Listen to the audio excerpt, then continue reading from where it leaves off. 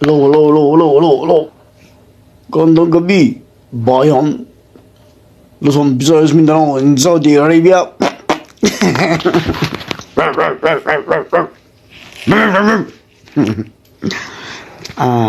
Kung gusto niyo pala mapanood yung ano natin, yung mga alamat ng buo, parang gwapo-gwapo ko ngayon dito.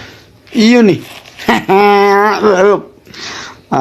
Panoorin niyo sa sa Facebook, sa YouTube, yan buo yung ano natin. Medyo nakakatuwa din naman, parang patanggal ng stress ba. Ngayon, nialamatan naman tayo. Itong si Jong na naman may alagang parot. Yung parot niya is malaki, halos parang kalsin laki ng manok. Ayan. Itong parot ni Jong, medyo may kasalbahihan bang ugali. Lahat ng makita niya yung mga manok dun, kasi may manukan din si Jong. Lahat na makita niya may mga yung manukan niya, lahat na makita ng parot na yun, inaasawa niya. Ngayon, isang araw, bumisita si Jong dun sa farm nila. Ngayon, nakita niya yung parot niya, inaasawa yung manok. Ngayon, hinuli niya ngayon yung parot. Ikaw parot ka, sabi niya. Pag nakita pa kita uling inaasawa mo yung manok, hindi mo naman kauri yan eh, sabi niya. Sumagot yung parot, gusto ko eh!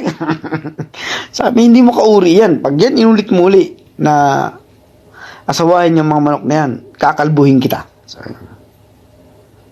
Gusto ko eh! Sabi ng ibon ng parot. Ngayon, pinakawalan niya ngayon.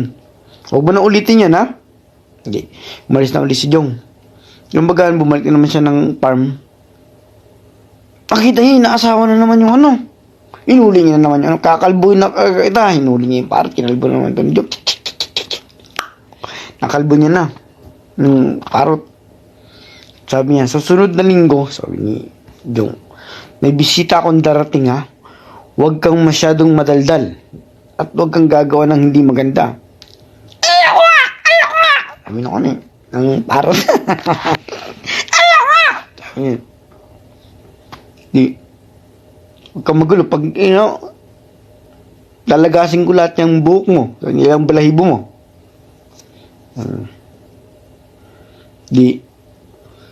Lumipas ang isang linggo, dumating na yung bisita ni Jong. Yung bisita niya, si Atan. Atan na naman Yan si Atan. Yan si Atan. Ikot-ikot siya doon sa farm. Yan. Tapos sabi ng parot,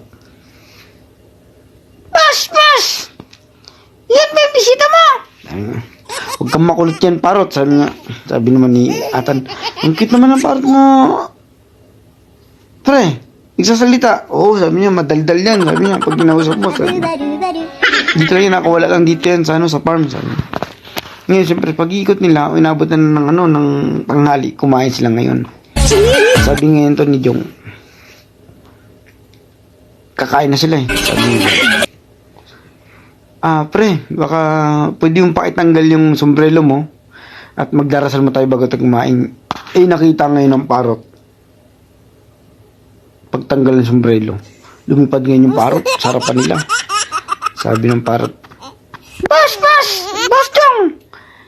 Yung kaibigan mo, inaasawa rin siguro yung manok mo. Kasi kalbo si Atan inaasawa niya rin yung manok ni Boss. Alokong parot.